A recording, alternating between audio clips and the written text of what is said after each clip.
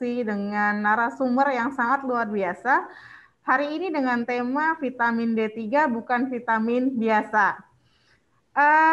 Hari ini kita akan bahas tentang fakta dan info seputar vitamin D3 yang ternyata punya banyak manfaat segudang, dan salah satu manfaatnya erat kaitannya dengan sistem imun kita. Sebelum kita mulai acara hari ini, mari sejenak kita berdoa dulu. Berdoa dimulai.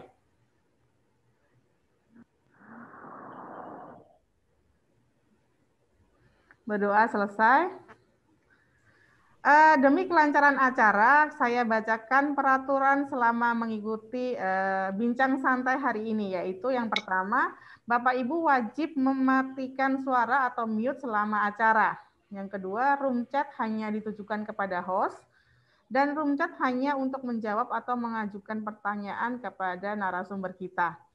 Yang ketiga, pastikan jaringan seluler atau WiFi Bapak Ibu stabil selama acara, dan jika Bapak Ibu ada di tempat yang sekiranya kurang stabil, Bapak Ibu bisa mematikan video selama acara sehingga bisa menyimak pesan atau info yang narasumber berikan. Dan jangan lupa bincang santai kali ini selain ada promo, akan ada kuis dan juga hadiah menarik pada akhir acara. Jadi pastikan Bapak dan Ibu stay tune ya sampai akhir acara ini. Tanpa berlama-lama lagi, mari kita kulik dan dengarkan penjelasan langsung dari pakarnya yang akan dipandu oleh moderator Siena yang luar biasa, yaitu Sis Baby. Kita berikan aplaus virtual yang meriah ke Sis Baby. Silakan Sis Baby. Terima kasih Mbak Milka. Halo, selamat siang Bapak Ibu. Saya senang sekali bisa ketemu lagi dengan Bapak Ibu di acara rutin CNI setiap bulan, di mana kami selalu berupaya untuk memberikan edukasi seputar info kesehatan terkini yang tentu saja dengan menghadirkan narasumber yang kompeten. Nah, seperti yang tadi sudah disebutkan oleh host di awal, bahwa ternyata topik kita hari ini adalah mengenai vitamin D yang mungkin sebagian besar di kita, termasuk saya, selama ini mengetahui bahwa vitamin D berfungsi sebagai kesehatan tulang, pemenuhan kebutuhan kalsium, dan semacam itu. Tetapi ternyata vitamin D memiliki manfaat lebih daripada itu. Dan menurut beberapa literatur penelitian, ternyata vitamin D bisa menurunkan tingkat mortalitas kematian akibat COVID-19. Nah, dan itulah sebabnya kenapa vitamin D disebut bukan vitamin biasa ya Bapak Ibu. Oke, tanpa panjang lebar, kita sudah kedatangan seorang narasumber yang luar biasa, seorang yang kompeten di bidangnya, tentu saja Dr. Henry Suhendra, spesialis ortopedi. Selamat siang Dr. Henry. Selamat siang. Oke, semangat ya Dok ya. Gagah sekali nih kelihatan siang ini nih. Semangat. Semangat. Oke, Dr. Henry, kita sudah kehadiran mitra CNI dari Sabang sampai Merauke dan juga masyarakat umum yang sudah tidak sabar ingin mengetahui, mengulik lebih dalam mengenai vitamin D yang ternyata juga bisa membantu meningkatkan daya tahan tubuh. Tetapi Bapak Ibu, sebelum kita mulai, seperti biasa saya akan share sedikit mengenai Dr. Henry Suhendra, SPOT.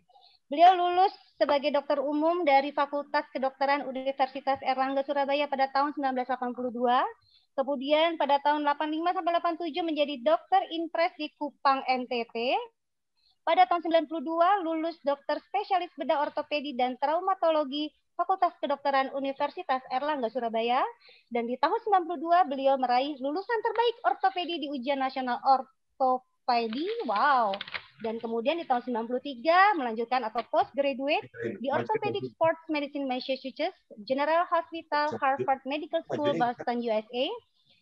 Dan Dr. Henry sangat terkenal karena beliau adalah sejak tahun 2019 beliau adalah pendiri dan ketua Vitamin D Society Indonesia serta pendiri dan ketua KILO, Komunitas Indonesia Lawan Osteosarkopenia. Saat ini Dr. Henry tercatat sebagai Kepala Bagian Bedah Rumah Sakit Siloam Kebonjeruk, Jakarta. Oke, Dr. Henry, udah nggak sabar nih kira-kira pemaparannya mengenai vitamin D. Silakan dok. Oke, Assalamualaikum warahmatullahi wabarakatuh.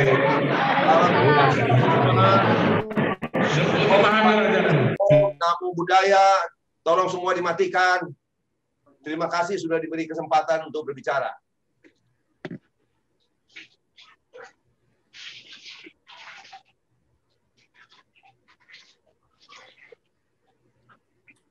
Oke, saya mulai ya. Slide saya tidak akan panjang, tetapi sedikit penjelasan. Nanti akan yang penting tentunya tanya jawab. Nanti Q&A-nya ya. Baik, saya mulai tanpa membuang waktu. Ini adalah teori mengenai vitamin D. Oke. Tadi sudah dibacakan, jadi saya lewatkan saja. Baik.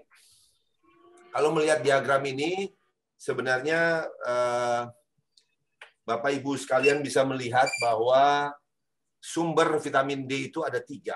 Ya, sumber vitamin D itu ada 3. Itu apa saja? Adalah 1, matahari. Ya, ini matahari. Oh, come on. Atas bawah ya. Santai aja sih, oke. Santai aja, no worries. Nggak apa-apa, oke. Sambil dengerin ini. Bapak Ibu minta tolong di-mute ya supaya kita bisa mendengarkan penjelasan Dr. Henry dengan saksama.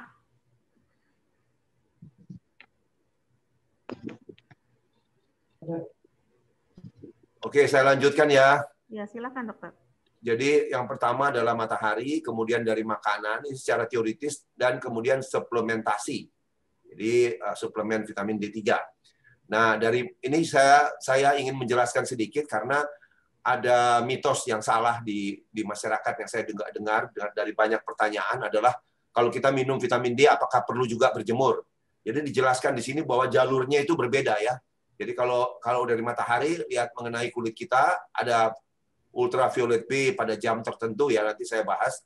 Kemudian di kulit kita memang ada bahan dasarnya yang disebut 7-dehidrokolesterol. Kemudian karena efek sinar matahari ini dirubah menjadi pre-vitamin D3. Kemudian vitamin D3 ini dalam dermis diserap, masuk pembuluh darah, dibawa ke liver. Nah, kalau jalur lain dari makanan, tentu masuk pencernaan, dari suplementasi juga masuk ke pencernaan, kemudian ke lambung, usus diserap, dibawa juga ke liver. Jadi ketemunya di liver. 3 jalur ini ya. Jadi 2 jalur sebenarnya. Dari kulit dan dari pencernaan. Jadi sekali lagi suplementasi tidak ada hubungannya dengan jemur-jemur karena jalurnya juga lain ya. Nah, di liver inilah bentuk D3 yang belum aktif ini kemudian dibuat setengah aktif saya katakan. Belum aktif betul menjadi apa yang disebut 25 hidroksi vitamin D. 25 OH vitamin D. Nah, inilah bentuk yang kita periksa di dalam darah kita untuk menentukan vitamin D ya. Tapi sebenarnya ini bentuk yang setengah aktif. Ya, untuk bekerja dia harus diaktifkan di sistem imun kita bisa atau di ginjal kita. Menjadi apa? Menjadi 1,25 dihidroksi vitamin D. Jadi ada penambahan 1 molekul OH ya. Nah, inilah yang aktif. Demikian.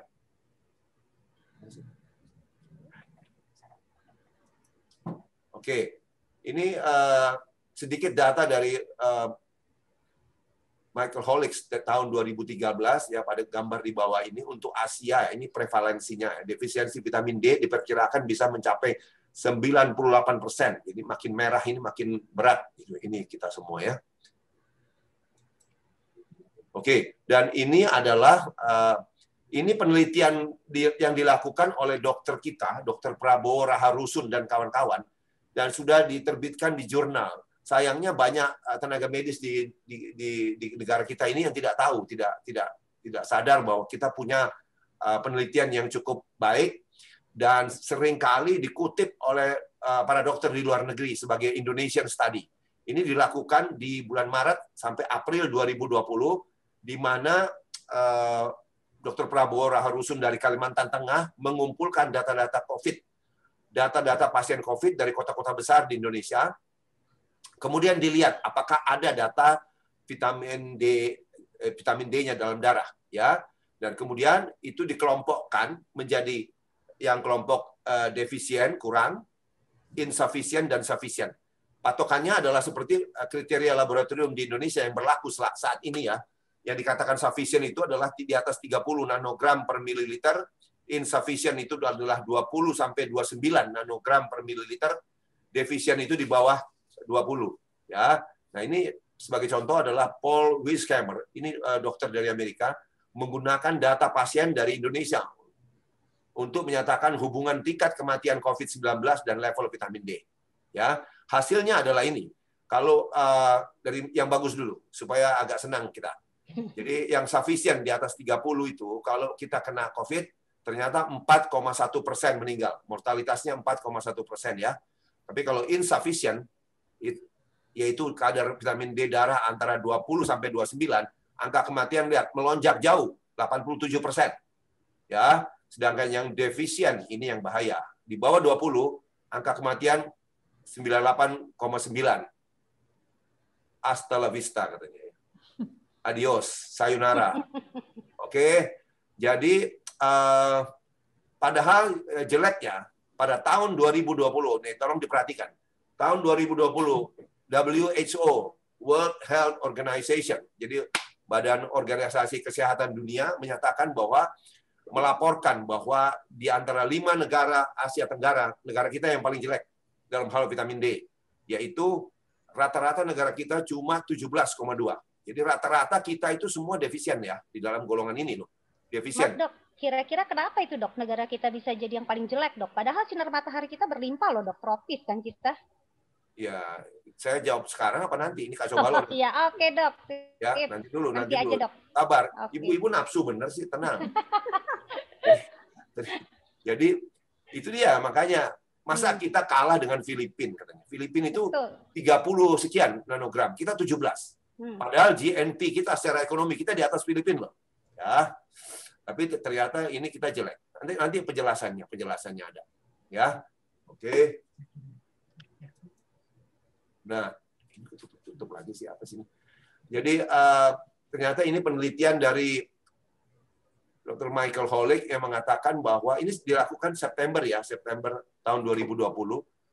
Vitamin D itu, tutup terus.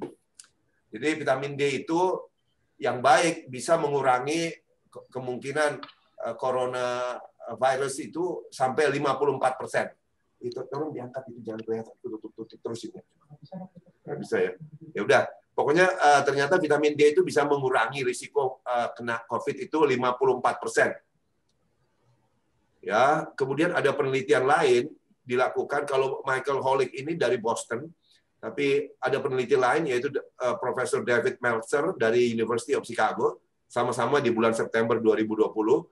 Dia mengatakan kesimpulannya adalah jadi orang-orang yang defisien, yang kurang vitamin D-nya, ternyata mempunyai 77% lebih tinggi kemungkinan terkena infeksi COVID-19. Ya, ini penelitian yang cukup besar ya, dilakukan di Amerika, menyangkut 52.000 orang, 52.405 orang, ya toh. Penelitian ini meneliti hubungan antara vitamin D defisiensi dan COVID-19. Oke, jadi lihat ini diperhatikan ini kadar vitamin D dengan kemungkinan terkena COVID dikaitkan dengan ras di Amerika ya. Ini dibandingkan lihat orang putih yang biru, yang hitam Hispanic turunan Spanyol ya, terus yang hitam ini yang merah. Apa kesimpulannya? Lihat bahwa makin gelap kita ya, makin gelap warna kulit, kemungkinan terkena terkena COVID-19 itu lebih tinggi. Kenapa begitu? Karena ternyata makin gelap kita rata-rata vitamin D kita makin rendah. Lihat kalau makin rendah, misalnya di sini 20 dikatakan, kita lihat ke atas kemungkinannya kena adalah hampir 20%. Ya, ini sedikit menyinggung yang tadi. Mungkin kulit kita di antara 5 negara Asia Tenggara kita yang paling gelap soalnya.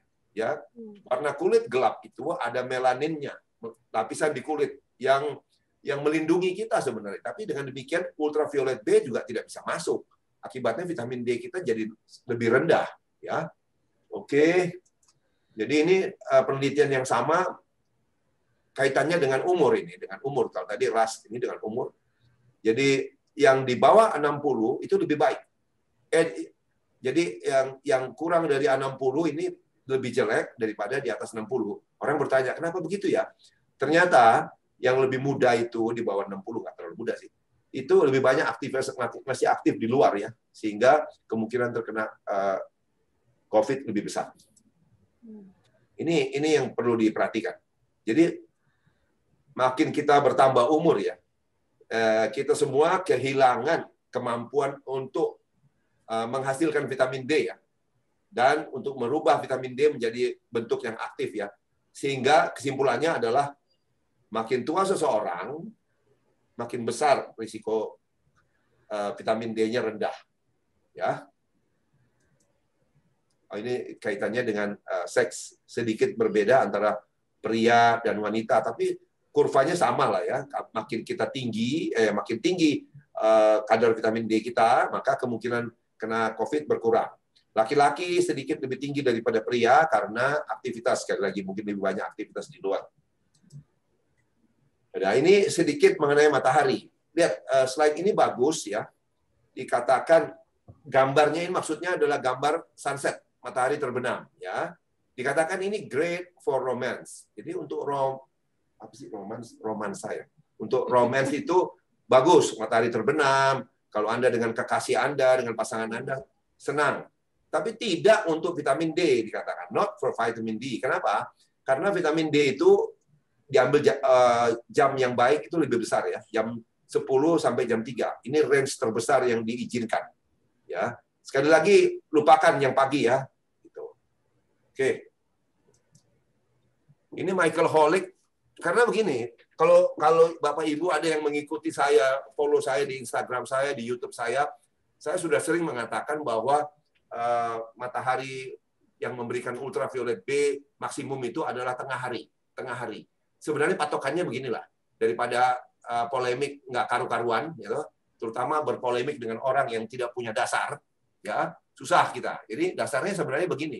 Ini dijelaskan oleh John Cannell. Dr. John Cannell ini dari California, ini adalah presiden daripada Vitamin D Council USA. Dia mengatakan, tidak usah ribut soal jam berapa, karena patokannya sebenarnya adalah kalau ultraviolet B maksimal itu pada saat Anda berdiri di bawah matahari, tidak ada bayangan Anda. Itu. Jadi kesimpulannya apa? Itu sama dengan jam 12. Tetapi manusia kan mau tawar. Jadi boleh, kalau mau ditawar boleh antara jam 11 sampai jam 1, itu di mana bayangan, patokannya adalah bayangan badan kita. Lihat bayangannya, kalau bayangan kita lebih kecil atau lebih pendek daripada tinggi badan kita, itu masih ada ultraviolet B-nya.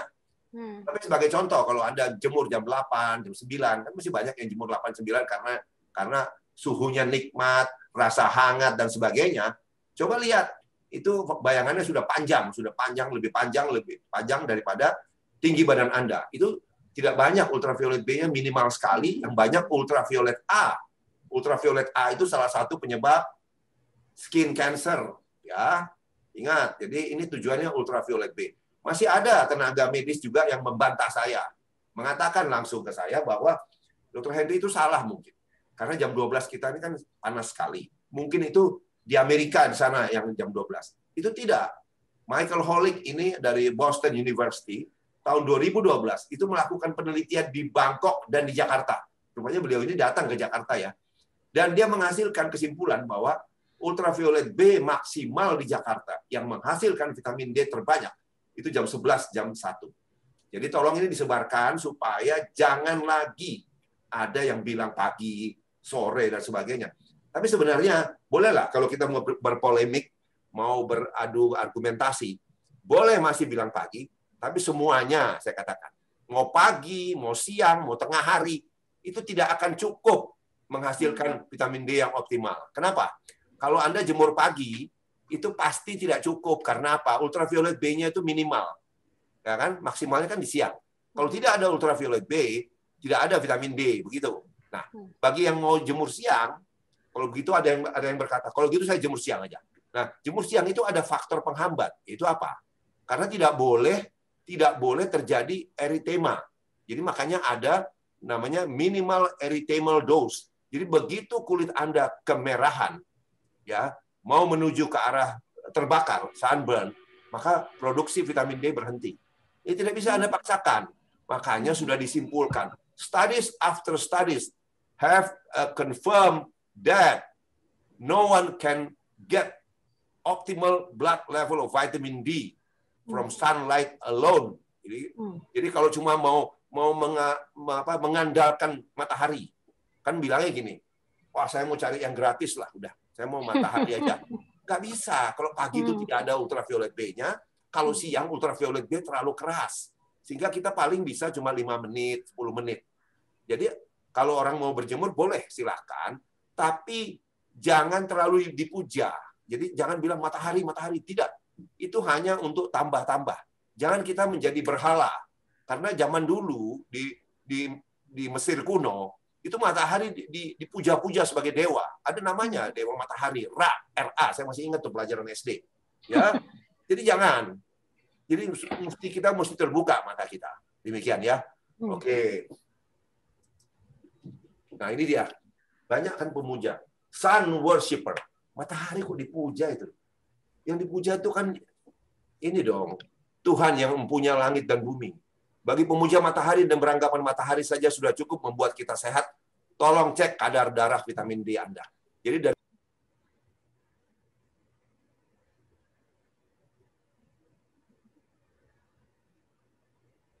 sudah cukup, ya. Nah, apakah sudah optimal? Saya katakan hidup ini tidak bisa kira-kira rasa-rasanya. Cek darah patokannya, ya nggak bisa karena berapapun yang Anda minum, Anda jemur sampai gosong pun, kan itu kan Anda nggak pasti. Yang pasti apa? Lihat darahnya berapa. Jadi ini ada kesimpulan dari Dr. Renu Mahtani. Renu Mahtani ini salah satu ahli vitamin D ya dari India ya, mengatakan bahwa orang yang tidak pernah minum vitamin D suplemen ya, cuman bergantung dari diet, dari makanan, dari matahari, maka kadar vitamin D darahnya tidak akan lebih dari 40 nanogram per mililiter. Tidak akan lebih, itu ya. Padahal kita perlu lebih. Nanti kita lihat lagi. Oke. Jadi vitamin D ini memang asal mulanya ditemukan kan awal 1900, 1800 akhir, 1910, 1920 itu memang untuk rickets. Rickets itu penyakit tulang lunak pada anak-anak. Karena kurang matahari, mereka itu terjadi di negara dingin di Irlandia sejarahnya ya. Tetapi dengan berjalannya waktu kita tahu ternyata vitamin D itu, makanya ada kadar laboratorium yang mengatakan 30 kan cukup itu ya. Jadi ini perhatian juga bahwa kalau dibaca kadar laboratorium itu cukup 30 sampai 100, ya dekat-dekat 100 saja lah Bapak Ibu ya. Jangan 30 udah merasa cukup, jangan. Ya, karena apa? Ternyata sejarahnya itu kadar vitamin D yang 30-40 ini itu hanya cukup untuk melawan rickets. Ini sejarahnya.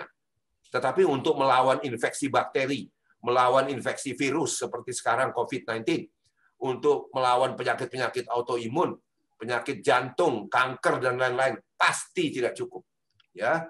Lihat ini di sini di slide ini kan ditulis. Ini kan rickets, pada dewasa bisa terjadi osteomalacia. Ada diabetes mellitus, ada multiple sclerosis, ada rheumatoid arthritis, ada bermacam-macam infeksi, ada high blood pressure, ada tekanan darah tinggi, ada congestive heart disease, ada cancer. Jadi ini pengaruhnya banyak sekali pada banyak sekali penyakit dan bukan hanya untuk tulang seperti awal-awal diketahui. Jadi inilah penyakit-penyakit yang ada kaitannya dengan vitamin D defisiensi, yaitu ingat ini pada ibu-ibu yang sedang hamil. Ya kan saya mau bikin juga sih, mau bikin video atas permintaan pasien vitamin D dengan kehamilan dan menyusui. Ya, tapi jelas saja begini, kalau lagi hamil itu Anda harus perhatikan betul kadar darah vitamin D Anda. Kalau enggak janin Anda menderita. Pada saat lahir dia akan rendah. Pada saat lahir dia akan rendah dan bermacam-macam gangguan pada saat kehamilan. Salah satu adalah eklamsi, preeklamsi, di mana tensi bisa naik tinggi, ya bisa terjadi diabetes tipe 2 itu, tekanan darah naik itu pada wanita hamil disebut eklamsi, preeklamsi. Pada bayi stunted growth, jadi dia waktu lahir berat badannya rendah, kemudian pertumbuhannya juga terhambat. Kemudian gampang patah, segala macam cancer, penyakit-penyakit infeksi, baik virus maupun bakteri, kemudian penyakit-penyakit autoimun. Nah, ini dikatakan bahwa vitamin D itu sangat berkaitan dengan angka kematian dari bermacam-macam penyakit. Ya. Jadi dikatakan vitamin D yang dikatakan sudah di atas 30 saja, itu sudah menurunkan semua angka kematian dari bermacam-macam penyakit 25%. Tetapi dia menurunkan kematian akibat kardiovaskuler, jantung dan pembuluh darah 33%, dan menurunkan kematian congestive heart failure, jadi gagal jantung karena bendungan, ya itu sampai 24%. Jadi kesimpulannya ini sudah ada di Archives of Internal Medicine tahun 2008 ya. Jadi di jurnal itu, jurnal dari penyakit dalam, bahwa vitamin D boleh kita panggil sebenarnya sebagai vitamin anti kematian. Kenapa? Karena risiko kematian dari semua penyebab dapat dikurangi sampai 26% dengan suplementasi vitamin D. Yang ngomong bukan Dr. Henry itu. Sekarang gue sih. Jadi ininya poinnya, faktanya ya. Sekarang vitamin D ini kan defisiensi sudah global pandemic lah. COVID-19 ini baru. Sebenarnya vitamin D ini sudah pandemi lama gitu kan. Dan vitamin D ini adalah sudah terbukti suatu imunomodulator yang sangat kuat. Kenapa disebut imunomodulator ya? Bukan immunoenhancer. Ya, bukan yang meningkatkan imun.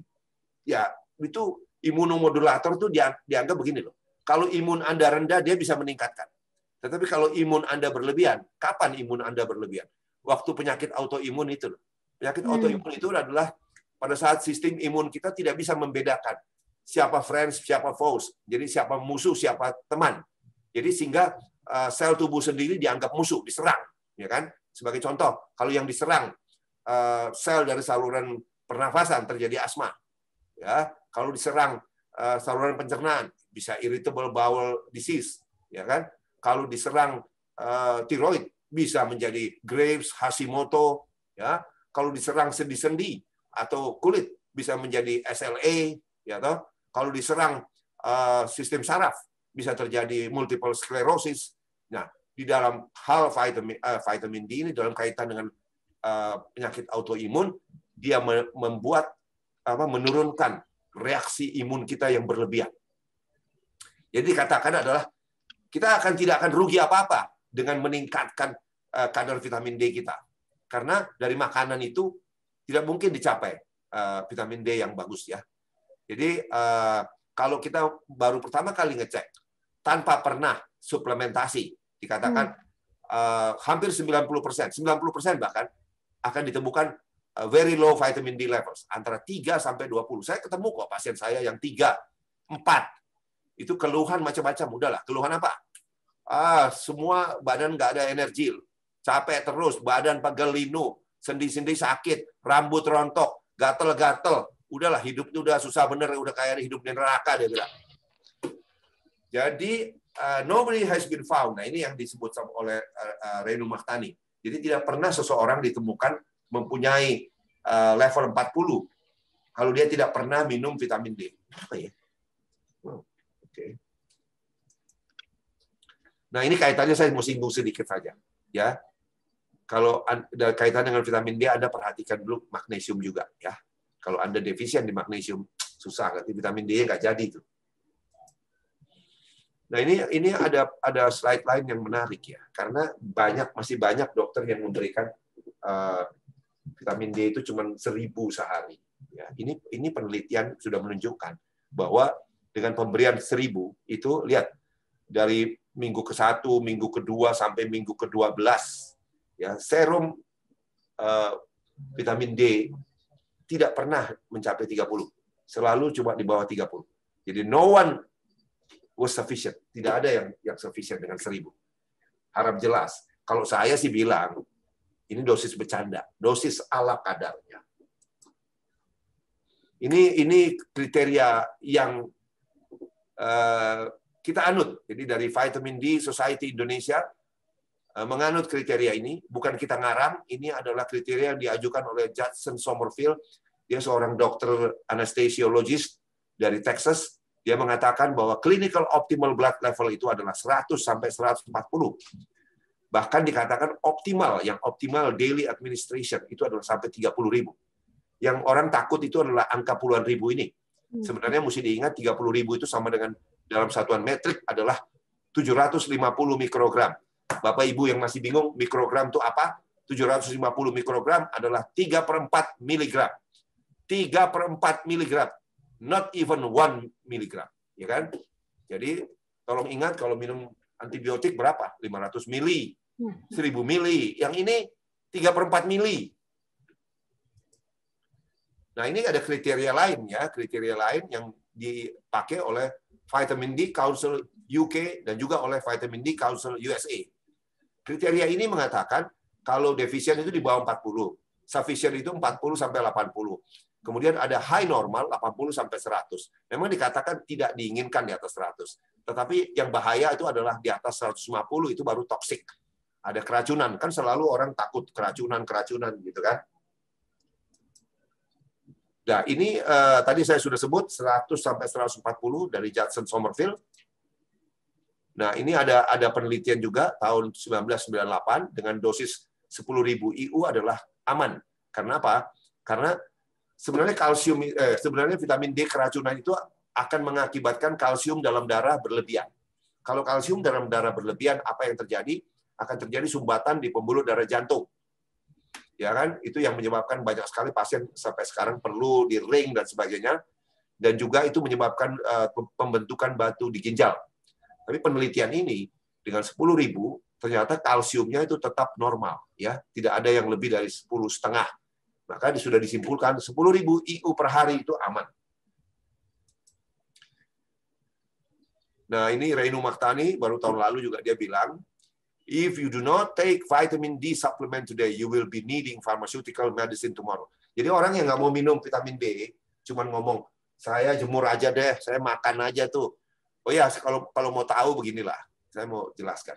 Kalau mau makan, dari makanan itu dikatakan, kalau mau dapat 1.000 IU, Anda harus minum 20 gelas susu. Ayo, ya kan? Kalau mau 5.000 IU, 5.000 IU sehari dari makanan, apa itu? Itu kita harus makan salmon. Salmon itu 100 gram itu ada 500 IU-nya, mengandung 500 IU. Jadi kalau mendapat 5.000, harus makan tiap hari 1 kilogram. 1 kilogram salmon saja. Nah, ini slide ini mengatakan, jadi setiap orang perlu untuk minum suplemen vitamin D3, tetapi ada baiknya cek darah dulu. Nah, peringatannya adalah kalau masih menunda, nanti besok-besok Anda akan minum obat. Karena vitamin D ini jelas berpengaruh pada regulasi tensi Anda, regulasi lemak Anda, ya, regulasi gula Anda. Jadi kalau Anda tidak minum, itu soal waktu saja. Anda akan jadi apa? Diabetes. Jadi apa? Hipertensi. Jadi apa? Hiperkolesterolemia. Cicero Coimbra, Brazil, ini salah satu dewa vitamin D ya. Ini guru daripada Dr. Reinu Maktani India itu mengatakan juga optimal blood level di atas 100. Bahkan memang untuk melawan COVID itu kita perlu mencapai kadar darah vitamin D di atas 100. Nah, ini sekedar informasi saja. Ini vitamin D saya ini tahun lalu tapi ya. Sekarang malah lebih bagus lagi ya, 120-an gitu ya. Ini bulan 6 tahun 2020. Selalu saya mempertahankan. Jadi kita ini bukan dokter yang ngomong doang ya. Karena ya, dokter kan tahu teori kadang-kadang. Ya kalau tahu teorinya. Kalau tahu teorinya belum tentu praktekkan gitu. Kalau saya praktekkan. Makanya yang saya bilang di atas 100, saya di atas 100. Tapi tujuan daripada slide ini bukan itu. Maaf. Tujuan dari slide ini adalah untuk menjawab pertanyaan banyak orang yang mengatakan selalu gini, dok, itu kenapa kalau kriteria laboratorium kita kenapa begitu? Kan cuma katakan 30 sampai 100 sufficient ini loh. Ini. Kriterianya penilaian hasil. Di bawah 20 defisien. 20 sampai 29 insufficient. 30 sampai 100 sufficient. Nah, Bapak Ibu Saudara sekalian, kalau Anda mengikuti ini tetap ngotot mau ikut ini nggak apa-apa. 30 sampai 100 sufficient. Jangan 30 dong, bikin 100 dong, dekat-dekat puncaknya. Kan gitu ya. Dan dikatakan di atas 100 ini, di atas 100 potensial toxicity. Saya beritahu, ini kriteria yang dipakai di Indonesia. Ini adalah kriteria dari tahun 1960-an dari Endocrine Society USA. Jadi Endocrine Society itu apa? Perkumpulan dokter-dokter penyakit dalam yang mendalami endokrin mengenai hormon ya. Jadi tapi ini dari tahun 60-an sudah sangat dikritik di luar negeri, dia di mana-mana dikritik karena apa? Saya tunjukkan ya. Lihat, di atas 100 dikatakan potensial toxicity. Kata potensial ini apa artinya? Kemungkinan. Nah, kita dalam hidup ini tidak mau kemungkinan-kemungkinan, itu berarti ragu-ragu. Ya toh? Di atas 100 potensial. Toxicity-nya berapa dong? Begitu, tegas. A ya A, B ya B, hitam ya hitam, putih ya putih. Jangan begini, abu-abu begini. Kemudian 30 sampai 100 sufficient. Di atas 100 potensial toxicity. Ya kita kan tanya, kalau kita ujian dulu, kita nggak mau cukup itu sufficient. Kita mau normal lah, katakan normal atau bagus. Berapa normal atau bagus? Kriteria ini tidak bisa menjawab. Tidak bisa menjawab. Bisa kembali ke itu apa yang sebelumnya. Kriteria dari itu, yang kuning tadi. Kriteria dari, nah ini kriteria yang saya pakai at least 80-100. Karena apa? Karena di sini ada kata high normal. Itu yang kita mau tahu. Mana normalnya saya, di mana normal saya. Itu. Jangan sufficient. Di atas lewat sedikit udah kemungkinan toksik. Sufficient terus kemudian kemungkinan toksik. Betapa ragu-ragunya engkau. Gitu. Iya. Jelas ya? Nggak ada orang ragu-ragu. Pergi ke dokter kok ragu-ragu. Gue marahin juga nih. Gitu.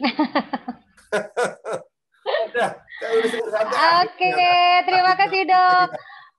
Bapak Ibu, berarti tadi dari penjelasan dokter sudah menjawab pertanyaan yang saya sudah tidak sabar tadi tanyakan di depan ibu-ibu ya, bahwa pertanyaan itu pasti itu aja. Iya, iya memang sengaja dok karena memang ternyata kenapa Asia, Indonesia itu ternyata defisit vitamin D padahal kita berlimpah sinar matahari dan sumber makanan kalsium juga banyak karena memang ternyata kita butuh tambahan suplemen ya Pak dokter ya.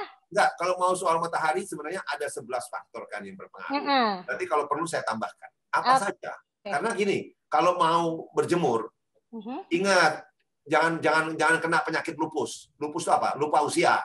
Kalau udah tua tahu diri, jangan soal jemur-jemur. Kita tadi bilang kemampuan kulit kita sudah tidak bisa, ya. Jadi kalau jemur yang ideal itu adalah orang muda, 25 tahun lah katakan. Kemudian harus tuh yang ideal kan di negara bule sana dikatakan kalau kamu muda, kamu jemur 10 menit itu bisa mendapat 10.000 IU, seperti minum 10.000 IU. Tapi itu Caucasian, tipe kulit 1. Kita ini tipe kulit 4, 5. Saudara-saudara kita yang dari Papua malah tipe kulit 6 itu. Makin gelap makin susah. Jadi kalau bandingkan dengan yang putih 10 menit, kita ini perlu 4 kali lipat. Yaitu apa? 40 menit. Coba jemur 40 menit di jam 12 kalau nggak kebakar. Nyerah, dok. Begitu kebakar, tidak ada guna. Vitamin D berhenti. Ya, karena ada faktor lain lagi. Kalau mau bagus, jadi kayak ini peringatan buat teman-teman yang sepeda. Oh, gue sepeda terus kok. Sampai hitam. Ya, yang hitam tangan lu sama kaki lu doang. Ya kan? Padahal kalau jemur itu, badan harus expose 85%. Jadi kalau mau sepedahan boleh siang hari. Ingat, masih muda ya. Kalau tua udah nggak usah lah. Tahu diri. Terus pakai celana berenang. Perempuan pakai bikini. Ayo. Kalau di Surabaya dibilang, oh, wong gendang. Tapi memang seperti itu efektifnya dapat sinar mataharinya ya dok ya? Makanya kan udah dibilang. Penelitian sudah mengatakan tidak bisa kita dapatkan dari sinar matahari. Betul. Jadi masih ada orang yang berkata, oh matahari cukup. Ya nggak apa-apa sih. Hidup itu kan pilihan, gitu. Betul. Nah, itu ya dok, berarti apakah karena memang ketidakbiasaan masyarakat kita mengonsumsi suplemen dok yang mengakibatkan kebanyakan dari kita defisit vitamin D ya? Kemudian, mohon maaf juga Ibu, kaitannya juga adalah tadi, kalau kita mau jemur, mau efektif, harus mudah, harus jamnya tepat, harus pakaiannya expose. Nah, ibu-ibu kita, makanya di Timur Tengah dengan pakaian yang tertutup, karena ultraviolet B tidak bisa menembus pakaian. Yang bisa menembus itu justru ultraviolet A, yang tidak bisa menghasilkan vitamin D. Oke dok. Nah ini menarik juga nih dok tadi dari pernyataan dokter mengenai kandungan 1000 IU itu bercanda nih dok ya. Tapi kalau memang bercanda nih dok ya, kenapa Badan POM hanya boleh mengizinkan suplemen itu maksimal di 1000 IU dok? Kira-kira kenapa tuh dok? Saya enggak, itu terlalu politis. Saya kalau jawab ini ya, bisa dipanggil sama banyak orang. Itu terlalu politis. Jadi saya bilang sekali lagi tolong diingat ya, saya tidak sebut negara kita, saya tidak berani ngomong, tapi saya akan bacakan pendapat dokter di Amerika sana. Ya, soal nanti bisakah dipakai, diaplikasikan ke negara kita masing-masing. Saya tidak ngomong gitu ya, sekali lagi ya. Di Amerika itu dokter-dokter vitamin D memang mengatakan demikian. Memang banyak pihak tidak senang dengan vitamin D. Karena kalau kita minum vitamin D tinggi, tadi kan sudah dijelaskan, tidak ada penyakit-penyakit banyak sekali turun. Dan kalau penyakit-penyakit banyak sekali turun, apa? Siapa yang rugi? Coba. Kita sendiri. Bukan. Sekali lagi bukan di Indonesia ya, saya ngomong di Amerika ya. Farmasi obatnya nggak laku. Tahu. Saya sekali lagi ya, di Amerika, saya nggak tahu di Indonesia. Iya. Oke, kalau gitu minimal yang harus baiknya dikonsumsi itu 5.000 IU ya dok ya, berarti ya dok ya? Bukan, jadi begini kan, itu kan ada kriteria dari Vitamin D Council USA udah bilang. Starting dose itu harus 5.000 sampai 10.000. Kapan 5.000, kapan 10.000. Nah, kalau semuanya harus periksa darah, makanya nggak bisa kira-kira. Iya, betul. Periksa darah. Kalau darahmu di bawah 20 yang defisien itu starting dosnya 10.000. 10.000 ya. Nah, kalau darahmu sudah 30 lebih boleh 5.000. Tapi kalau orang mau cepat kan manusianya macam-macam. Ada yang santai, sabar, ada yang nggak mau sabar, mau cepat. Ya tetap 10.000 kan tadi sudah dijelaskan kalau 10.000 itu aman. Jadi pakailah 10.000 dengan syarat 2 bulan mesti periksa darah lagi. Karena takut kan berapa jadinya nanti kita nggak tahu. Karena ada faktor penyerapan di usus, ada faktor obat-obatan yang menurunkan. Jadi obat yang menurunkan itu obat kolesterol, obat gula, obat tensi itu menurunkan vitamin D. Gitu loh. Jadi kalau kamu minum, ya pasti naiknya nggak bisa cepat. Dan ada satu fakta lagi yang harus diingatkan. Kalau 5.000, Anda minum 5.000, mulai 5.000, harus dengan vitamin K2. Tanpa vitamin K2, Anda mengundang bencana, karena kalsium Anda bisa melonjak. Oke. Jadi digabungkan dengan vitamin K2 ya dok ya? Oke, baik Bapak Ibu, tahan dulu pertanyaannya di sesi tanya jawab nanti. Nah, terkait dengan suplemen ini kita sudah kehadiran Sis Jane dari CNI. Halo Sis Jane. Ya, selamat siang Mbak Baby, selamat siang Dr. Henry. Ya, Sis Jane ini akan memaparkan salah satu produk baru kita, yaitu vitamin D3 ya Sis Jane ya. Ya, betul sekali. Silakan Sis Jane. Ya, baik, sudah tampil. Sebentar. Ya. Oke, baik, selamat siang Bapak Ibu peserta acara Bincang Santai hari ini. Senang sekali bisa berjumpa kembali walaupun masih melalui virtual ya.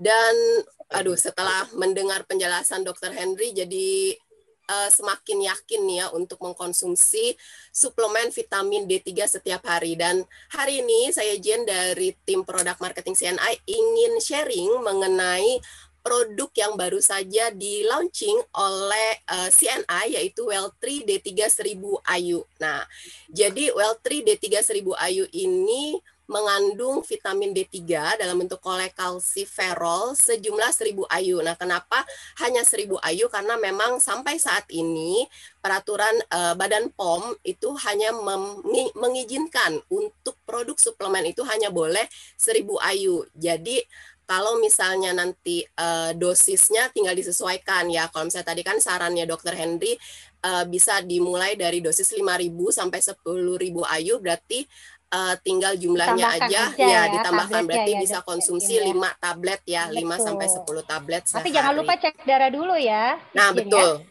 Untuk mencegah terjadinya itu tadi ya, kelebihan kadar vitamin D.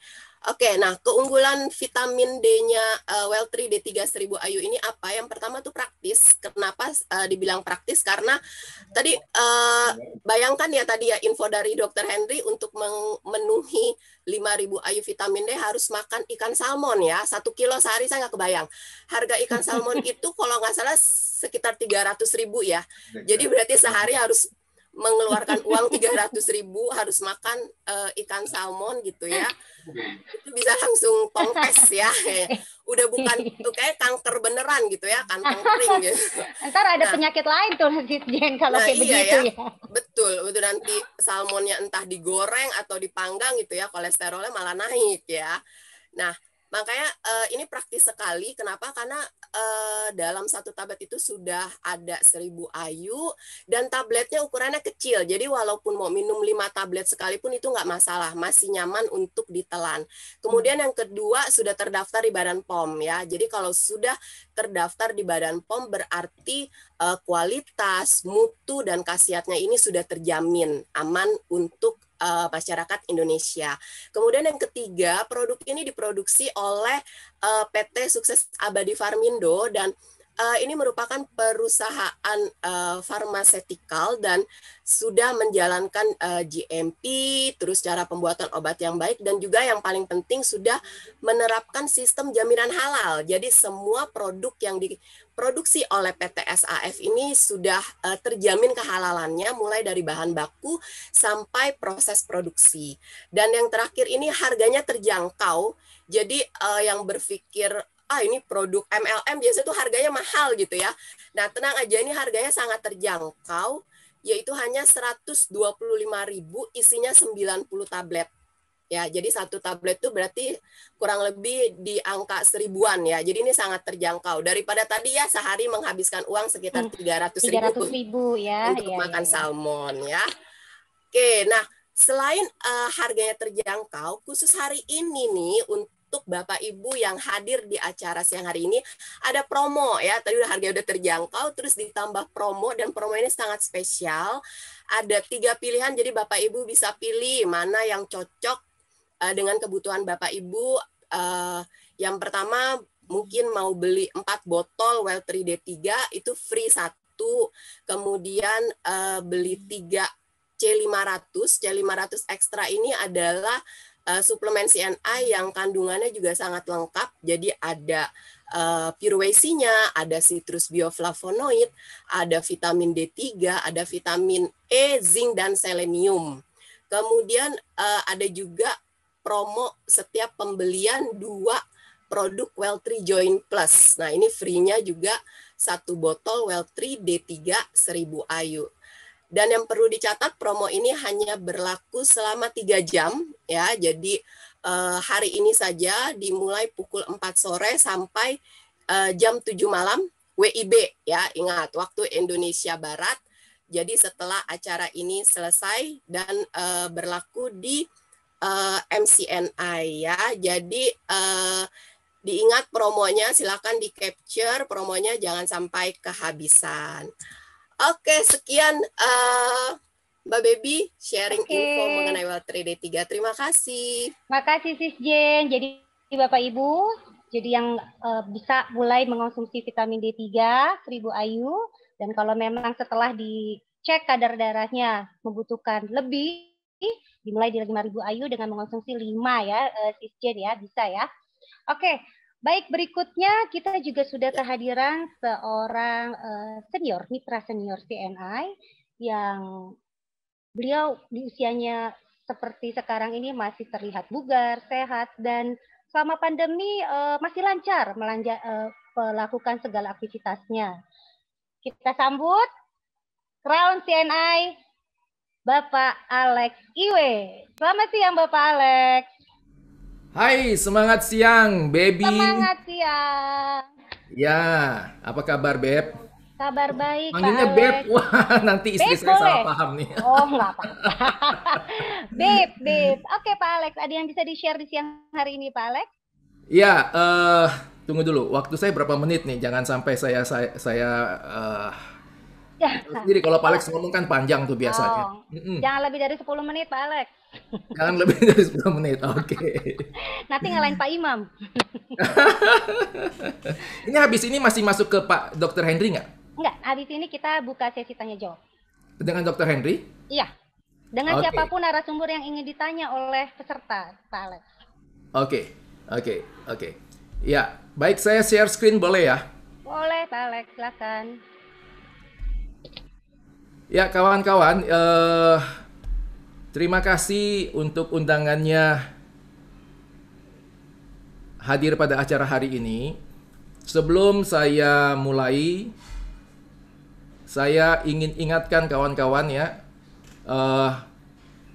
kalau sudah disuntik ataupun sudah divaksin, ingat baik-baik, jangan lalu langsung lepas masker, lalu kemudian merilekskan diri terhadap bahaya COVID-19 ya, hati-hati. Saya baru saja memeriksa anti SARS-CoV-2 saya, ya itu masih non-reaktif ya dalam jarak 1 bulan vaksinasi.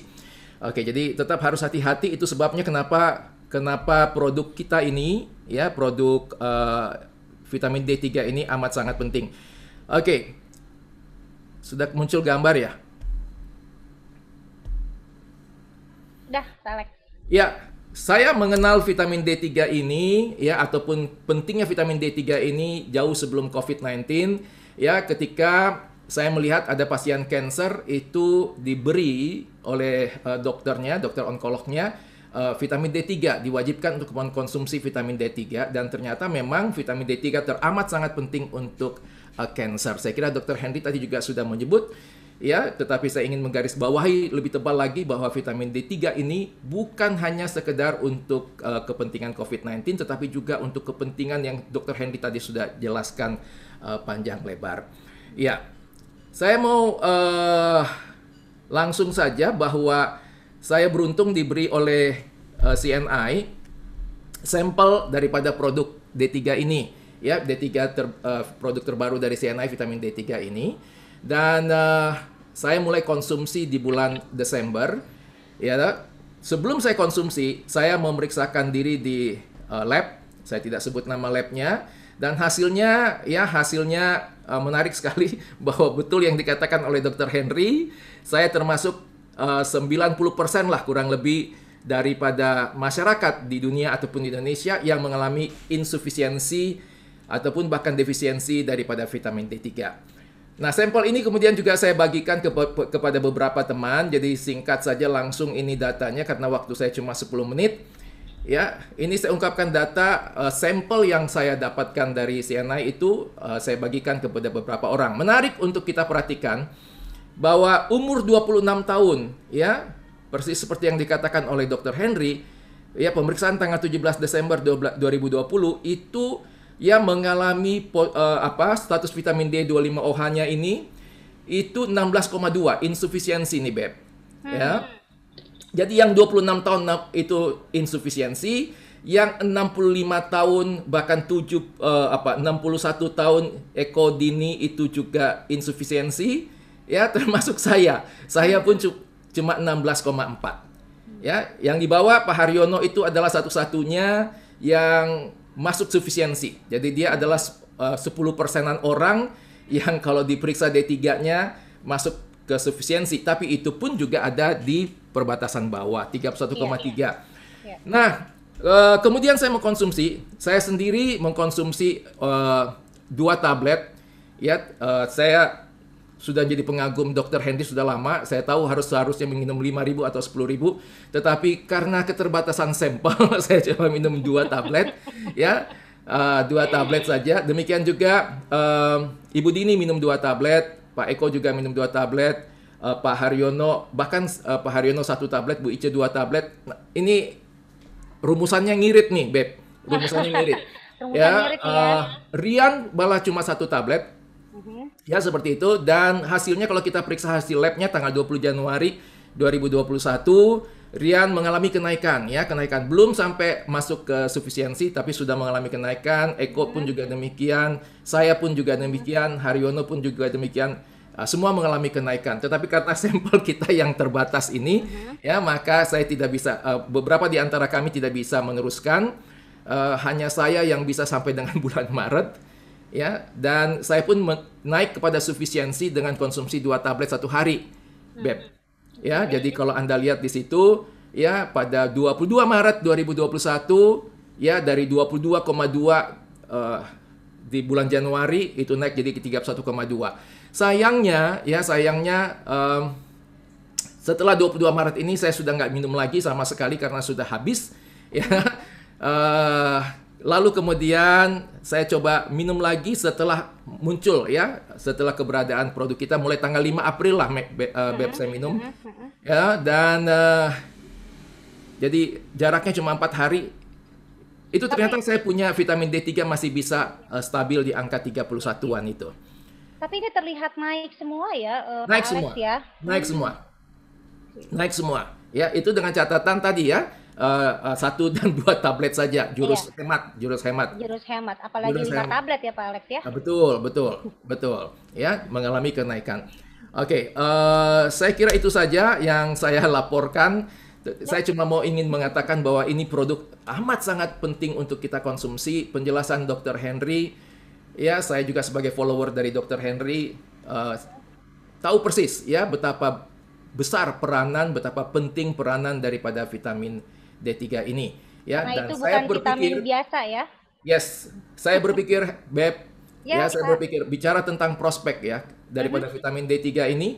Vitamin D3 ini ya saya percaya akan menjadi vitamin yang akan sama populernya dengan vitamin C. Kalau kita tahu di Indonesia vitamin C itu ya udah acceptable lah ya kalau kita bicara vitamin C. Udah nggak ada kenapa harus minum vitamin C? Nggak ada lagi kan seperti itu, ya toh? Tinggal mau mereknya apa, kualitas seperti apa, harga berapa, kan begitu?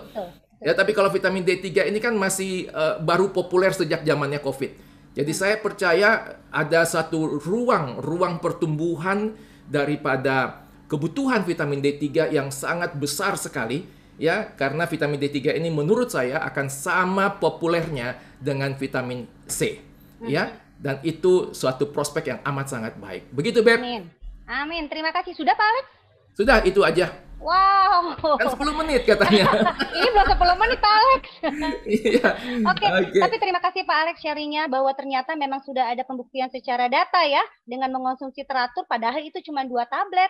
Itu bisa cukup signifikan naiknya ya. Apalagi kalau memang kita mau mengejar ke angka yang bagusnya normal tadi seperti Dr. Henry bilang ke angka 80 sampai 100, tentu kita juga harus terus ya rajin mengonsumsi vitamin D3. Oke, baik Bapak Ibu, kita tiba pada sesi tanya jawab. Ini di host Mbak Milka sudah men-screening pertanyaan-pertanyaan yang bertubi-tubi datang dari sejak kita buka webinar siang hari ini. Jadi pertanyaan-pertanyaan yang kurang lebih sama atau sudah terjawab di slide Dr. Henry, tidak perlu kita tanyakan lagi. Tapi ini kita mulai dulu dari, bentar ya.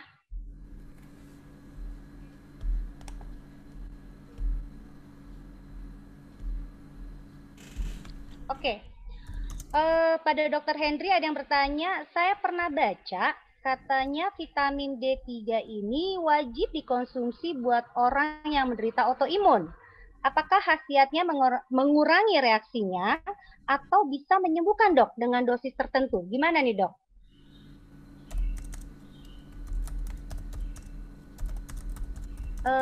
Bisa di... Ya. Oke, tadi kan sudah saya jelaskan ya. Udah saya jelaskan. Ini siapa sih itu panggil dong? Ini kenapa begini? Nah, jadi kalau soal pasti bisa menyembuhkan apa tidak, kan yang menyembuhkan bukan kita kan cuma berikhtiar. Ya, betul. Kita tahu autoimun semua itu karena sistem imun kita overreacting, ya, terlalu bereaksi terlalu berlebihan. Nah, itu yang ditenangkan oleh vitamin D3. Ya. Jadi kalau dikatakan secara teoritis ya bisa, memang. Karena sebenarnya autoimun itu tidak ada obatnya. Anda diberikan apa? Cuma untuk menurunkan reaksi imun yang berlebihan itu. Apa? Dengan cara-cara apa? Diberikan obat golongan steroid. Ya kan? Sekarang bahkan dipakai golongan anti kanker. Ya kan? Padahal kita mengerti pada saat Anda turunkan imunitas itu dengan steroid, imun Anda turun semuanya. Sehingga apa terjadi? Anda gampang kena infeksi bakteri. Anda gampang kena infeksi COVID sekarang. Anda gampang kena cancer. Macam-macam justru kan. Itu bedanya, vitamin D tidak menurunkan secara keseluruhan. Tetapi reaksi terhadap tubuh Anda yang berlebihan itu dikurangi. Makanya dibilang, itu imunomodulator. Bukan meningkatkan imun kita. Tapi dia kalau perlu ditingkatkan, tapi kalau yang berlebihan diturunkan. Begitu ya cara kerjanya ya, Dok ya. Ya. Oke, ada lagi pertanyaan, apakah aman, Dok, konsumsi vitamin D3 tanpa mengetahui atau mengecek dulu kadar vitamin D3 kita dalam darah? Haram hukumnya, udah jawabannya gitu. Haram, tidak boleh ya Bapak Ibu. Cek dulu ya. Jangan tanya lagi udah. Tanya Cek lu ke dulu laut ya. aja kalau tanya. Udah. Cek dulu ya, tetap ya harus ngecek supaya tahu berapa kebutuhannya. Oke, Dok, bagaimana vitamin D3 bisa mencegah stunting, Dok? Perannya di mana nih, Dok? Loh, mencegah stunting itu karena kan kalau bayi di dalam pertumbuhannya kan itu tergantung dari ibu waktu dia masih dalam kandungan. Itu kan tergantung dari ibunya. Makanya ibu kan rata-rata ini kan pandemi vitamin D defisiensi.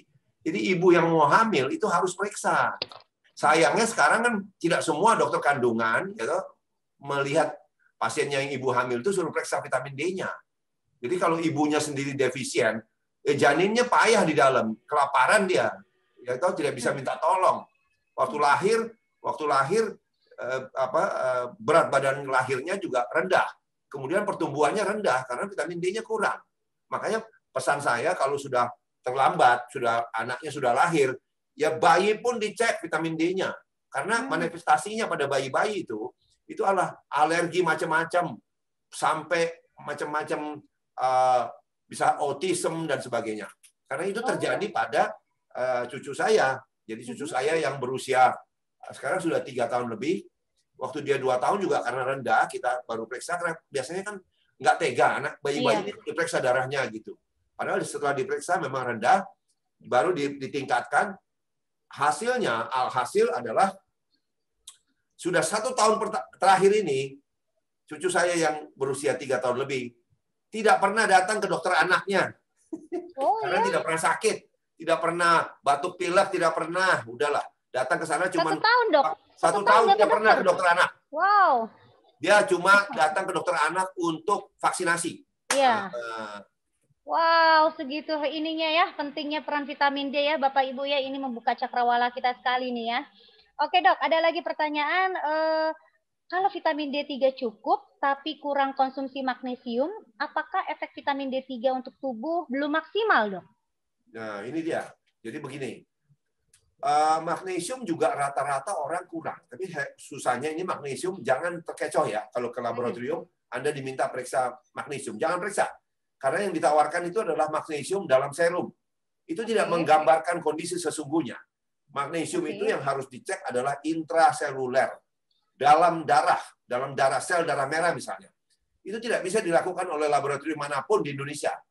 Ya, bahkan di Amerika pun itu pemeriksaan itu hanya untuk studi baru dilakukan, tidak rutin dilakukan. Kesimpulannya adalah magnesium itu dulu itu kita dapatkan dari sayur hijau. Ya. Tapi dengan berjalannya waktu, tanah kita pun semua berkurang. Kurang pupuk, ya, kurang ini kenapa lagi? Masih kelihatan nggak? Kurang pupuk dan tanahnya kondisinya jelek lah. Karena tanahnya kondisinya jelek, sayuran hijau yang kita makan, kita konsumsi, itu kurang mengandung mineral-mineral, salah satunya adalah magnesium. Sehingga dikatakan pada umumnya orang juga defisiensi magnesium. Kalau mau tahu magnesium itu apa, banyak gunanya. Itu adalah di video saya sudah sebutkan magnesium. Tapi dalam kaitan dengan vitamin D, magnesium itu mempunyai fungsi 2. 1, dia meningkatkan penyerapan vitamin D yang kita minum di usus. Nah, biasanya makin tua seseorang, fungsi pencernaannya sudah tidak bagus. Jadi lebih diperlukan magnesium untuk mendorong supaya kita lebih yakin bahwa vitamin D3 yang kita minum ini akan diserap di usus kita. Terus fungsi kedua adalah tadi seperti gambar tadi yang pertama, vitamin D yang kita minum itu kan tidak aktif. Pertama di liver dijadikan 25 hidroksi vitamin D, setengah aktif ini baru. Kemudian di ginjal dirubah lagi menjadi 125 vitamin D. Ini baru aktif. Nah, proses pengaktifan dari 25 hidroksi vitamin D yang setengah aktif menjadi yang aktif 125 itu, bentuk 125 itu kofaktornya adalah magnesium. Jadi perlu sekali magnesium. Magnesium itu perlu juga untuk metabolisme otot dan sebagainya. Jadi kalau orang banyak berolahraga dan sebagainya, itu perlu magnesium. Itu yang menyebabkan salah satu penyebab tersering bahwa misalnya orang bersepeda lama terus kram, itu karena magnesiumnya hancur gitu. Oh. Ya, semoga sudah menjawab ya Bapak Ibu ya. Kemudian ada lagi pertanyaan nih Dok, kalau vitamin D3 tinggi, apakah bisa menyebabkan penumpukan kalsium di jantung dan ginjal? Iya betul, makanya dibilang apakah bisa? Teoritis bisa, tetapi ini kan kaitannya dengan kita sebut toksisitas, jadi keracunan vitamin D. Keracunan vitamin D itu teoritis kalau darah Anda 300 gitu ya. Jadi tetapi untuk menjaga supaya safety-nya betul-betul baik, itu ahli-ahli vitamin D di dunia sudah berkumpul, kemudian memutuskan secara arbitrary, jadi secara kesepakatan, bahwa marilah kita tulis bahwa batas toksisitas itu 150. Supaya apa? Jadi walaupun lebih sedikit, Anda belum apa-apa kok. Sebagai contoh, mantu saya yang pernah COVID, ya COVID. Ingat ya, mantu saya lagi jalan-jalan ke Surabaya, ke Bali, dia vitamin D-nya umur 40, vitamin D-nya 70 dalam darah, kena COVID dia. Tetapi 70 padahal dalam darah ya Dok? Masih kena, saya kan bilang di video saya sudah jelaskan. Kalau melawan COVID, Pak Alex itu nggak bagus, 30 itu bercanda. Itu. Ya, kalau melawan COVID harus di atas 100. Ini kejadian pada anak saya. Jadi anak saya, anak perempuan, dia 117, suaminya 70. Sama-sama berlibur ke Bali dalam satu villa, gitu. Kan selalu dibilang kalau suami kena pasti istri kena lah. Ini enggak, karena suaminya cuma 70. Ternyata anak saya 117 nggak kena. Jadi itu pentingnya kita harus tingkatkan. Nah, sekali lagi kembali ke pokok tadi pertanyaan. Jadi 150 lah dianggap batas keracunan. Padahal kalau lebih pun nggak apa-apa, karena sekarang setelah mantu saya obatin, itu dia 200 darahnya. Nggak apa-apa. Waktu dia periksa di Bali, dokter di Bali pada kaget. Ini keracunan apa? Coba periksa, nggak ada apa-apanya kan? Itu karena tidak tahu aja. Jadi soal keracunan itu seperti begini. John Cannell itu presiden daripada Vitamin D Council USA ya, bilang begini. If you are talking about toxicity, it's like, you are worrying about drowning when you are dying of thirst. Terjemahannya. Jadi kalau kamu khawatir tentang kelebihan vitamin D, itu sama dengan begini. Kamu khawatir tentang tenggelam. Nanti saya tenggelam nih, nanti saya tenggelam. Padahal kalian itu sudah mau mati karena kehausan. Semua kekurangan kok bicara kelebihan itu loh. Kapan kelebihan? Begitu. Oke. Ya, Pak Alex tambah lagi ya Pak ya, suplemennya Pak ya. Alex biar bercanda itu kasih tahu Pak Alex. Biar mencapai 100 Pak Alex. Siap Dok, siap. Siap. Oke, kemudian Dok, jenis magnesium apa yang bagus untuk sinergis dengan vitamin D3? Dan jadi, vitamin K2 ada 2 jenis ya katanya bagus, yaitu MK4 dan MK7. Apa bedanya nih Dok? Oke, jadi gini, magnesium dulu. Magnesium ada macam-macam. Jadi magnesium di pasaran itu tidak bisa dalam berdiri sendiri, magnesium kosong itu nggak bisa. Karena dia perlu dalam bentuk kilet atau chelat gitu ya. Itu artinya apa? Dia bersenyawa dengan senyawa lain. Biasanya dengan protein asam amino. Jadi pilih apa saja boleh, asal jangan magnesium oksida, jangan magnesium oxide.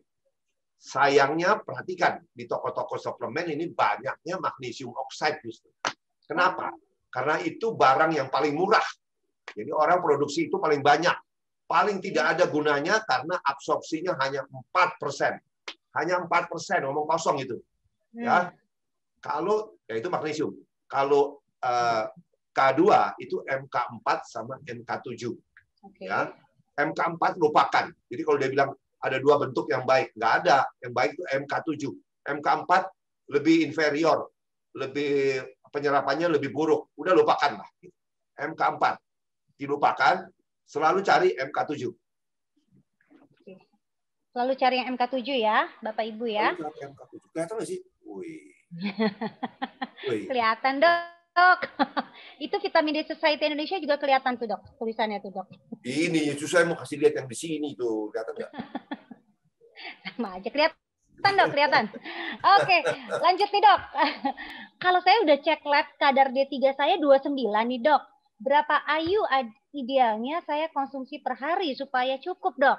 Waduh, 29, ini saya jawab Dok. lagi ya. Buat bapak-bapak, ibu-ibu, kalau pertanyaan lagi gue marahin nih. Pertanyaan sama lagi gue marahin. Terus terang gue marahin nih. Lu nggak nyimak, lu ngapain lu? Sambil ngapain lu? Ayo, Bapak Ibu dimarahin Dokter Saya Henry. bilang, kalau di bawah 30, di bawah 30, startnya 10.000. Di atas 30, 5.000. Udah, jangan tanya lagi. Karena you are wasting my time, you are wasting your pertanyaan yang lain bisa masuk. Yang masuk pertanyaan sampah itu. Yang udah pernah ditanya, tanya lagi. Di bawah. Oke, ingat Bapak Ibu, di bawah 30, 10.000, di atas 30, 5.000 ya. Gampang aja kok tanya. Jangan lupa cek terus ya secara berkala. Oke, ini mungkin mereka saking antusiasnya, Dok, gitu loh. Jadi mereka sambil pengen ini tahu soalnya banget. sambil apa nggak tahu, sambil masak, sambil apa ya nggak perhatian. Oke, Dok. Kalau saya sudah cek lab kadar Dok, saya usianya 61 tahun, punya hipertensi. Berapa IU harus konsumsi? Kan tadi obat hipertensi termasuk mengurangi kadar D3 kita. Itu startingnya selalu sama, mau peduli mau hipertensi apa enggak, tetap mulai di situ. Patokannya sudah jelas, nanti dilihat. Karena pelan-pelan tujuan kita adalah obat-obat hipertensi itu lepas. Itu terjadi pada beberapa pasien. Contohnya begini, obat hipertensi tetap dia minum, tetapi suatu hari dia merasa, loh kok saya malah pusing.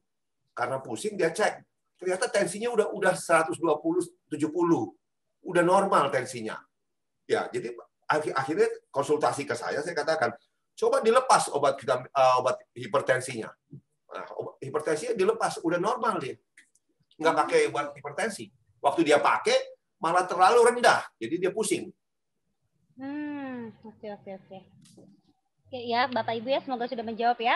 Nah, Dok, apakah ada hubungannya penyakit hemofilia dengan kekurangan vitamin D3? Apakah bisa disembuhkan dengan terapi vitamin D3? Hemofilia ini, Dok? Saya belum pernah baca, gitu ya. Saya belum pernah baca kepustakaannya mengenai hemofilia terus terang. Tetapi hemofilia mau diapain? Nggak ada obatnya juga kan? Anjuran saya, segala sesuatu penyimpangan, coba bikin vitamin D-mu dalam darah 80-100, nanti lihat hasilnya. Sebagai contoh gini ya, sebagai contoh. Saya sendiri mengalami vertigo, sering vertigo. Ya, saya sampai ke dokter saraf, teman-teman saya lah di rumah sakit kan banyak. Jawabannya nggak memuaskan semua, itu cuma bilang, ya lu udah tua, terus telinganya kurang bagus, begitu lu tidur posisi tertentu akan vertigo. Jadi hilang ini gimana?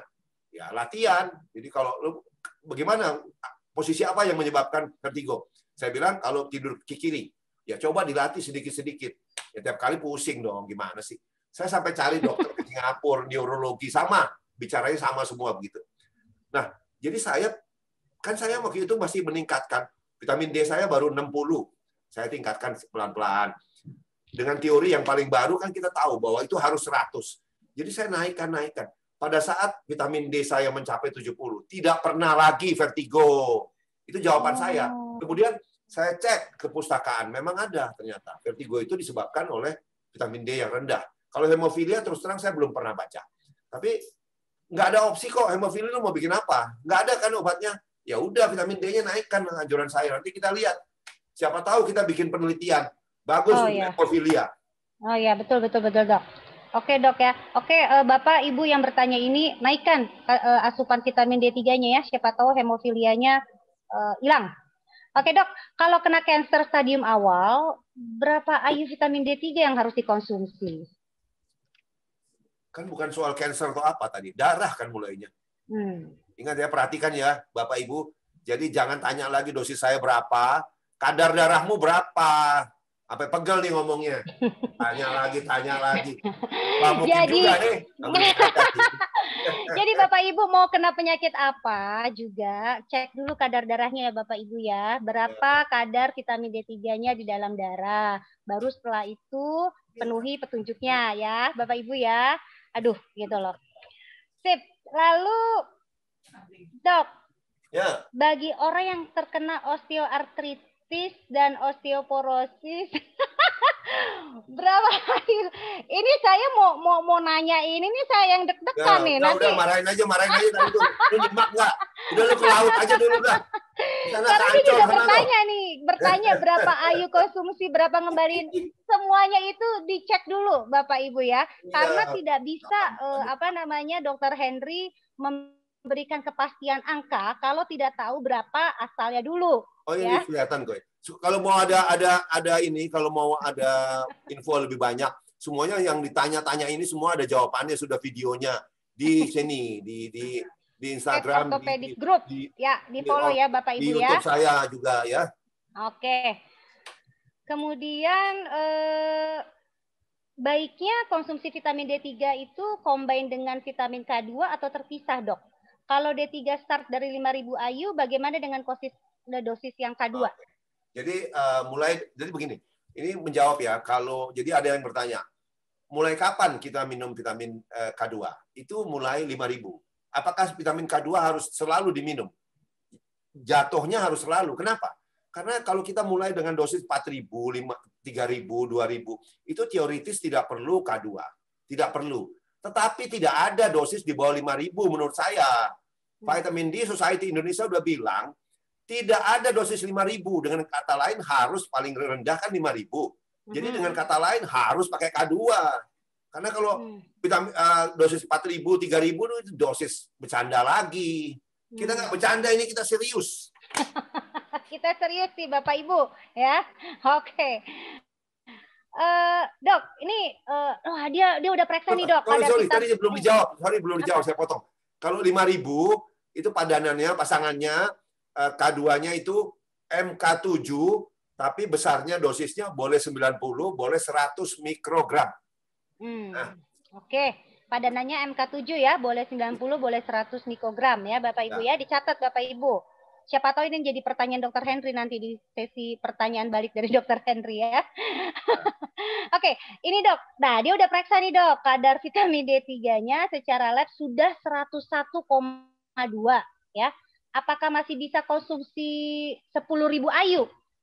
Oh ya berarti gini, dia kan minum 10.000 toh. Dia udah minum 10.000 nih. Nah, kalau 101 kan baru lewat dikit. Kan tadi saya tunjukkan kalau saya tuh memakai patokan 100 sampai 140. Ya tetap aja minum, masih kurang kan? Terus aja minum sama. Nah, saya kasih tahu lagi nih. Kalau sudah di atas 100, lebih baik 1 bulan cek darah lagi. Jadi berapa? Misalnya berapa? Kalau misalnya dia 120 apa 130 ya nggak apa-apa. Tapi kalau dia 140 ke atas, nah itu baru kurangi. Nah, cara menguranginya adalah kalau sekarang minum tiap hari, nanti selanjutnya langkah pertama adalah minum dosis sama tapi 6 hari dalam seminggu. Gitu. Ada 1 hari off. Oh, oke. Ada 1 hari off ya. Nah, kalau misalnya nanti, itu kan namanya titrasi. Jadi kita kurangi sedikit-sedikit.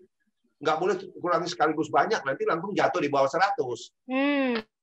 Itu cara menguranginya boleh 6 hari atau kalau takut ya 5 hari. Nah, 5 hari misalnya. Jadi 2 hari off ya. 5 hari, tapi 1 bulan cek lagi darahnya. Yang terjadi bisa saja loh. Tiba-tiba loh tinggal 90. Ya naikin lagi dosisnya. Ya. Oke, jadi rajin-rajin cek darah ya Bapak Ibu ya. Saya nggak ada kerjasama dengan laboratorium. Oh, tidak. Tidak ada kerjasama dengan laboratorium. Saya nggak punya laboratorium. Saya nggak kerjasama sama laboratorium. Ya. Ada laboratorium terbesar di Indonesia. Jangan sebut namanya ya. Laboratorium terbesar itu sudah mengundang saya bicara. Nggak setuju kita. Iya. Oke dok, apakah ada cara lain untuk mengecek kadar vitamin D3 dalam darah selain cek lab, misalnya pakai alat mandiri gitu dok? Sebenarnya ada, tapi di luar, di Inggris, di Amerika tuh mereka bisa pesan kitnya, cek sendiri, dia ambil darah di ujung jari bisa keluar. Tapi kita nggak ada yang masukin. Oh, di luar negeri ada ya? Iya, itu bagus sekali sebenarnya untuk teman-teman yang tinggal di pelosok ya. Kesian karena kalau di kota kecil mungkin nggak ada kan pemeriksaan vitamin D. Iya, iya. Iya, Bapak Ibu sayang sekali, maaf ya, ternyata harus keluar negeri dulu kalau mau beli alatnya ya. Dok, keracunan vitamin D3 apakah bisa dibantu dengan banyak konsumsi air putih? Keracunan vitamin D3. Sekali lagi, vitamin D3 kan tidak menyebabkan keracunan. Keracunan itu kalau darahmu sudah 300. Ini ngomong menghayal nih, ya kan? Kapan lu keracunan gitu loh. Kok khawatir mengenai keracunan sih? Seperti John Cannell bilang, lu itu sudah mau mati kehausan gitu, kayak di padang gurun gitu. Masih berhayal bahwa gua bisa tenggelam nih. Begitu, apa ini? Jadi kita membicarakan apa ini? Membicarakan hal-hal yang di awan-awan gitu. Ya tapi tetaplah gue jawab deh. Kalau kalsiummu tinggi, ya toh, kalsium tinggi, tiba-tiba, kalsium tinggi yang hampir tidak pernah terjadi, ya kecuali vitamin D-mu sudah 300. Itu cara menurunkannya adalah kita minum air banyak saja atau vitamin D-nya dihentikan dalam waktu seminggu. Itu anjlok itu nanti kadar darah. Ya, jadi kalau merasa memang seperti itu, tinggal minum banyak air putih dan hentikan dulu sebentar konsumsi. Makanya selalu cek darah. Bagaimana mau keracunan? Suruh cek darah aja nggak mau kok. Gimana keracunan? Iya, ambil betul dok. kesimpulan sendiri gimana? Oke, kalau autoimun psoriasis selain minum D3 10.000 dok, zinc, Picolinate 50 mg, waduh nih pertanyaan ilmiah banget, jangan-jangan yang nanya nih dokter juga nih. K2MK7 200 mikrogram, magnesium 300 mg, vitamin C juga. Saya cek tes darah, kadar vitamin D3 saya 90. Saya harus minum vitamin D3 sampai kapan nih, Dok? Sampai akhir hayatmu, aku jawab. Karena kalau kamu berhenti turun, itu aja 90. Kalau bicara ini ya, bicara autoimun, itu dewanya tadi sudah ngomong. Dewanya itu autoimun itu adalah Profesor Cicero Coimbra dari Brazil, dari Sao Paulo. Dia saya kasih tahu ya, dia mengobati itu, tapi pasiennya dirawat inap, diperhatikan, dicek darahnya semua. Sebenarnya dia ini dokter saraf, tapi dia berhasil mengobati autoimun yang paling berat. Autoimun yang paling berat itu multiple sclerosis. Jadi artinya apa? Menyerang saraf-sarafmu sakit sekali, kamu sampai tidak bisa jalan. Jadi bukan psoriasis kulit, tidak mengganggu nyawamu lah, tidak mengganggu gerakanmu, itu autoimun ringan. Sebagai contoh, si Cicero Coimbra ini mengobati pasien multiple sclerosis, dosis awal adalah 1000 IU per kilogram. Jadi dia memberikan kira-kira starting dose itu 75.000 satu hari, 80.000 satu hari, tapi dia awasi. Begitu. Jadi kalau mengenai autoimun yang lain ya ikut Cicero Coimbra bilang harus di atas 100 baru kita ngomong. Kalau punyanya masih di bawah 100 kok khawatir apa? Masih kurang. Masih kurang ya. Oke. Ini host apakah sudah selesai pertanyaannya? Ada lagi host? Mbak Milka? Sudah selesai. Sudah selesai, Dok. Mungkin mereka sudah tahu jawabannya kalau nanya lagi kadar vitamin D3-nya berapa, takut nanti disuruh cek darah lagi, Dok. Kena kalau di Surabaya dipisui. Nanti saya yang jawab, Bu. Yang nanya dosis saya yang jawab. Dosisnya sekian. Tapi nggak apa-apa. Orang-orang tuh saya marahin, nggak bisa marah. Saya marah sambil ketawa-ketawa kok. Setuju, Dok. Kali ini bincang santai, Dok. Iya, namanya bincang santai. Oke, baik Bapak Ibu, seperti yang tadi sudah saya sebutkan di awal dan juga disebutkan oleh host, kalau kita mau bagi-bagi hadiah. Nah, tadi itu kan pertanyaan bertubi-tubi dari Bapak Ibu ya, kepada Dr. Henry ya. Sekarang giliran Dr. Henry yang akan memberikan 3 pertanyaan, di mana setiap pertanyaan nanti kami akan mengambil 3 orang yang tercepat menjawab, tapi yang pastinya terbenar ya. Oke, silakan dok. Pertanyaan pertama apa nih dok? Dari satu ya dok? Pertama, jadi kalau kita periksa darah, maunya berapa? 30 atau 100? Ayo. Gampang sekali kan? Ayo. Langsung semua ya, begitu ditanya langsung semua. 100, 100, Aduh.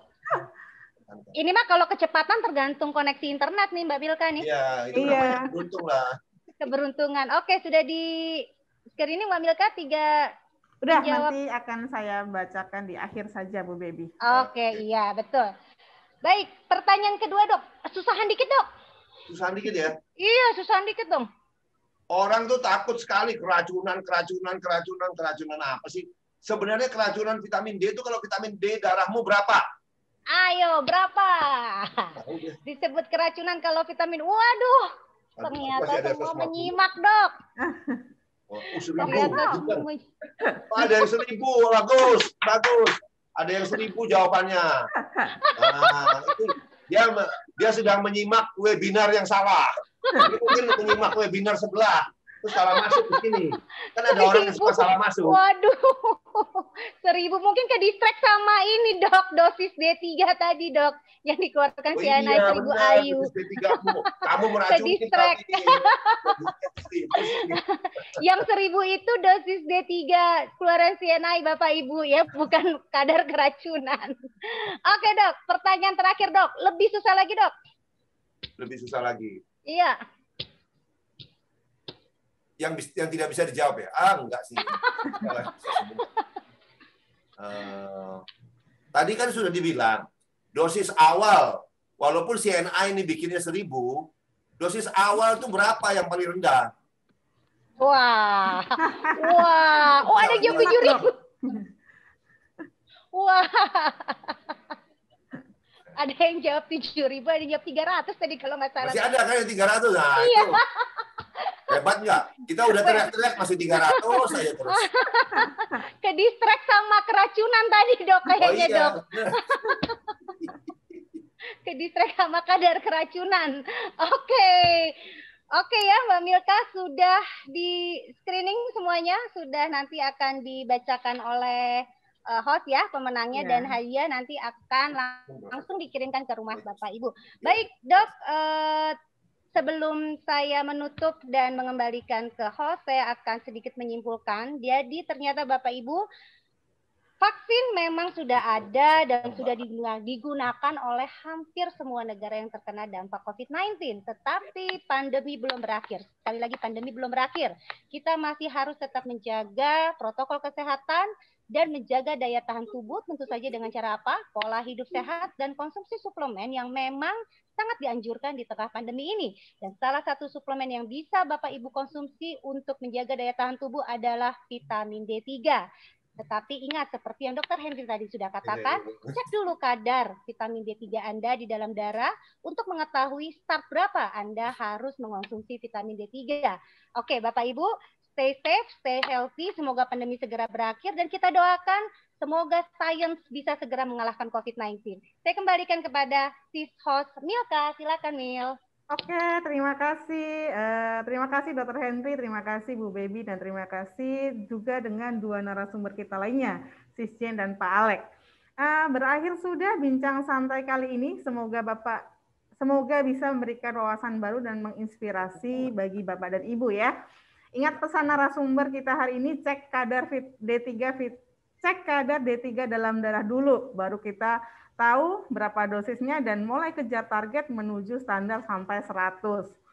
Acara hari ini juga live di YouTube dan bisa diputar ulang bagi Bapak Ibu atau mitra Bapak Ibu yang sudah daftar tapi tidak bisa mengikuti webinar hari ini. Silahkan memutar ulang rekaman via YouTube tentunya di YouTube CNN Indonesia. Jangan lupa subscribe ya. Untuk promo bisa diakses langsung ke website dan juga aplikasi di MCNI. Jangan lupa ikutin juga bincang santai selanjutnya. Tetap sehat, tetap semangat. Sampai jumpa di lain kesempatan. Saya unmute semua ya. Terima kasih Dr. Henry. Terima kasih. Terima kasih Dr. Henry. Terima kasih Dr. Henry. Terima kasih.